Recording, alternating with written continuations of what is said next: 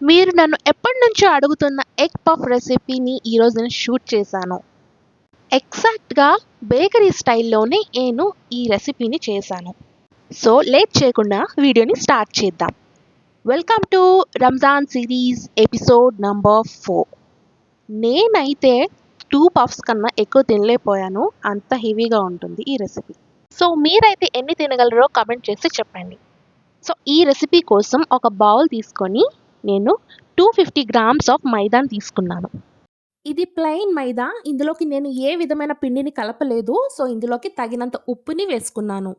Next ఒక bowl తీసుకొని అందులోకి హాఫ్ టీ స్పూన్ వరకు సింథటిక్ వెనిగర్ని తీసుకున్నాను. అందులోకి ఒక హాఫ్ కప్ వరకు ప్లెయిన్ వాటర్ని తీసుకొని 1 స్పూన్ ఆఫ్ షుగర్ని యాడ్ చేసుకున్నాను. ఇప్పుడు షుగర్ని బాగా కరిగేంత వరకు పెట్టుకొని ఈ వాటర్ని మనం పిండి కలపడం కోసం వాడుకోవాలి. సో కొంచెం కొంచెంగా వేసుకుంటూ మనం దీన్ని కలుపుకోవాలి. ఎక్కువ హార్డ్గా కాకుండా ఎక్కువ సాఫ్ట్గా కాకుండా లాస్ట్లో కొంచెం ఆయిల్ వేసుకుంటూ ఈ విధంగా మనం దీన్ని కలుపుకోవాలి. సో మనం అరచేతితో కాకుండా ఫింగర్స్ని ఇలా మడత పెట్టి ఈ ఫింగర్స్తో మనం దీన్ని మసాజ్ చేయాలి. సో ఇలా కలుపుకున్న పిండిని మనం ఒక 20 టు 30 నిమిషాల వరకు దీన్ని రెస్ట్ ఇవ్వాలి. సో ఇలా చేయడం వల్ల మనకి పఫ్ అనేది బాగా పొంగుతుంది అన్నమాట. సో ఇప్పుడు స్టఫ్ కోసం నేను ఇక్కడ 2 to 3 మీడియం సైజ్ ఉల్లిపాయలని తీసుకున్నాను. సో కొత్తిమీర అండ్ పచ్చిమిర్చిని కూడా చాప్ చేసి పక్కన పెట్టుకున్నాను. సో పఫ్స్ చేయడానికి కొంచెం స్పేస్ ఎక్కువ కావాలి కాబట్టి నేను ఈ కిచెన్ ఏరియాని కొంచెం క్లీన్ చేసుకుని వాటర్ స్ప్రింకిల్ చేసుకొని రెడీ చేసుకున్నాను. సో ఈ రెసిపీకి నేను రూమ్ టెంపరేచర్లో ఉన్న బటర్ని యూస్ చేశాను. ఇది మెల్టెడ్ అయి ఉండకూడదు, కరెక్ట్గా ఇలా ఈ విధంగా ఉండాలి. ఇప్పుడు ఫ్లోర్ మీద కొంచెం కొంచెంగా ఫ్లవర్ని డస్ట్ చేసుకుంటూ ఇలా పిండిని 4 భాగాలుగా చేసి పక్కన పెట్టుకోవాలి. సో ఇలా బాల్స్ చేసిన తర్వాత ఒక్కొక్క బాల్ని తీసుకుంటూ పొడిపిండి చల్లుకుంటూ ఎంత వీలైతే అంత పల్చగా మనం దీన్ని రోటీలా స్ప్రెడ్ చేసుకోవాలి. ఎంత పల్చగా అయితే అంత మనకి పఫ్ అనేది పొంగుతుందన్నమాట. సో ఇప్పుడు మనం బటర్ని తీసుకొని ఒక థిన్ లేయర్లో ఎక్కువ ముద్ద ముద్దగా కాకుండా ఈ విధంగా స్ప్రెడ్ చేసుకోవాలి.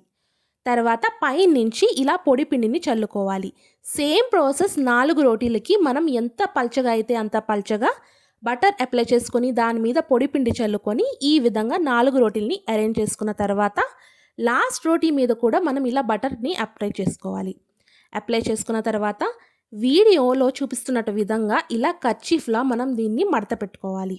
సో ఫస్ట్ హాఫ్ లేదా కింద నుంచి సెకండ్ హాఫ్ మడత పెట్టుకున్న తర్వాత ఈ విధంగా మనం దీన్ని కర్చీఫ్లా మడత పెట్టుకొని ఒక ప్లాస్టిక్ కవర్లో లేదా క్లింగ్ ఫిల్మ్లో కానీ మనం దీన్ని బాగా ఫోల్డ్ చేసుకొని ఫ్రిడ్జ్లో 1 అవర్ పాటు దీన్ని సెటిల్ అయ్యేంత వరకు వదిలేయాలి. దీన్ని మధ్య మధ్యలో తీసి చూడడం అలా ఏం చేయొద్దు, ఇలా వదిలేయాలి. ఇప్పుడు స్టవ్ మీద పాన్ పెట్టుకొని 1 స్పూన్ వరకు ఆయిల్ వేసుకొని హాఫ్ టీ స్పూన్ వరకు అల్లం వెల్లుల్లి పేస్ట్ వేసుకొని అది పచ్చివాసన పోయేంత వరకు మనం ఫ్రై చేసుకొని మనం కట్ చేసి పెట్టుకున్న మీడియం సైజ్ ఆనియన్స్ని ఇలా ఫ్రై అవనివ్వాలి. సో మూత పెట్టి మగ్గించిన తర్వాత ఇలా కొంచెం ట్రాన్స్పరెంట్గా అయిన తర్వాత మాత్రమే ఇందులోకి మనం సాల్ట్ని యాడ్ చేసుకోవాలి. ఇలా యాడ్ చేసుకున్న తర్వాత కొంచెం సేపు సాటే చేసి అందులోకి పసుపు, తగినంత కారం, ధనియాల పొడి అండ్ పావు టీ స్పూన్ వరకు గరం మసాలా పౌడర్ని యాడ్ చేసుకుని బాగా కలుపుకోవాలి. సో మసాలాలు బాగా కలవడం కోసం నేను ఇక్కడ వాటర్ బాటిల్ క్యాప్తో ఒక హాఫ్ కప్ వరకు వాటర్ని వేశాను. సో ఇలా 2 టేబుల్ స్పూన్ అయితే సరిపోతుంది. ఇలా బాగా కలుపుకున్న తర్వాత కొత్తిమీర చల్లుకొని ఇప్పుడు ఈ స్టఫ్ని బాగా చల్లారేంత వరకు మనం తీసి పక్కన పెట్టేసేయాలి. ఈ ప్రొసీజర్ అయ్యేంత వరకు మనకి 1 అవర్ అయినా పడుతుంది కాబట్టి మనం ఇప్పుడు ఫ్రిడ్జ్లోంచి తీసి ఈ డోని ఎలా ఉందో చూపిస్తాను. ఈ విధంగా స్టిఫ్గా అయిపోతుంది. మళ్ళీ పొడిపిండి చల్లుకొని సేమ్ ప్రాసెస్ని మనం చేయాలి. కానీ ఈసారి మనం మల్టిపుల్ రోటీస్ని అరేంజ్ చేయాల్సిన అవసరం లేదు. ఇలా ఫ్రిడ్జ్లోంచి తీసిన తర్వాత ఈ విధంగా మనం దీన్ని మళ్ళీ రోల్ చేసుకుంటూ ఒక స్క్వేర్ షేప్ ఇచ్చుకుంటూ దాని మీద మళ్ళీ మనం రూమ్ టెంపరేచర్లో ఉన్న బటర్ని అప్లై చేసుకోవాలి. ఇలా థిన్ లేయర్గా అప్లై చేసుకున్న తర్వాత మళ్ళీ దాని మీద పొడిపిండి చల్లండి. సో ఈ ప్రాసెస్లో ఎక్కువ మనకి బటర్ అండ్ పొడిపిండి ఇది మాత్రమే కనిపిస్తూ ఉంటుంది. దీనివల్లే మనకి లేయర్స్ ఫామ్ అవుతాయి. సో మళ్ళీ సేమ్ ప్రాసెస్ ఇలా మడత పెట్టేసేసి మళ్ళీ ఆ పేపర్‌లో లేదా మన కవర్‌లో ఇలా మడత పెట్టి మళ్ళీ ఫ్రిడ్జ్‌లో ఒక 30 మినిట్స్ వరకు రెస్ట్ ఇవ్వండి. సేమ్ ప్రాసెస్‌ని మనం 3 టైమ్స్ రిపీట్ చేస్తాం. 3 టైమ్స్ రిపీట్ చేసిన తర్వాత మాత్రమే మనం పఫ్స్‌ని కట్ చేయడానికి వీలవుతుంది. అప్పుడే మనకి లేయర్స్ అనేవి వస్తాయి. ఇది థర్డ్ టైమ్. థర్డ్ టైమ్ కూడా ఇలా చేసిన తర్వాత ఇప్పుడు నేనిక్కడ బోర్డర్స్‌ని కట్ చేసుకొని పఫ్‌కి ఒక కరెక్ట్ షేప్ ఇస్తాను. సో ఇది కట్ చేసినవి లాస్ట్‌లో మనం డీప్ ఫ్రై చేసుకోవచ్చు. ఇది స్నాక్‌గా కూడా వస్తుంది. సో ఈ విధంగా కరెక్ట్‌గా మెజర్‌మెంట్ చేసుకుంటూ ఇలా కట్ చేసుకుంటే మనకి టోటల్ నాకైతే ఇక్కడ 9 పేస్ట్రీ పఫ్స్ వచ్చినియి. సో టోటల్‌గా ఇక్కడ 9 పఫ్స్ వచ్చినాయి కదా! సో ఇక్కడ నేను మందం అంతే ఎంత ఉందో చూపిస్తాను. ఈ మాత్రం మందం అయితే ఉండాలి. ఇప్పుడు మన స్టఫ్ అనేది బాగా చల్లారిపోయింది. అండ్ ఎగ్స్ కూడా నేను బాయిల్ చేసి పెట్టుకున్నాను. దీని మీద లైట్‌గా నేనిక్కడ పెప్పర్ పౌడర్‌ని చల్లాను.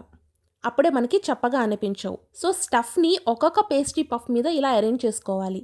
సో ఒక్కొక్క స్పూన్ అయితే సరిపోతుంది. సో మీకు పెద్ద సైజ్ పఫ్ కావాలి అంటే సైజ్ పెంచుకోవచ్చు.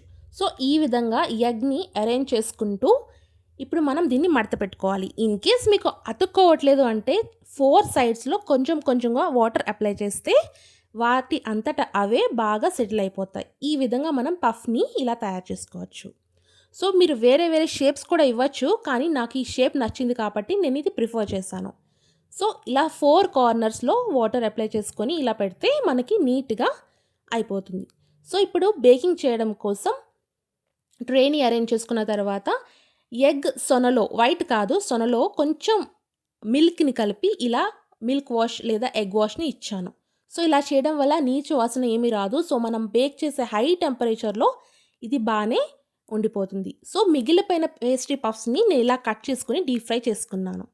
సో మనం ఇప్పుడు బేక్ చేసుకున్న తర్వాత ఈ విధంగా పఫ్స్ అయితే ఉన్నాయి.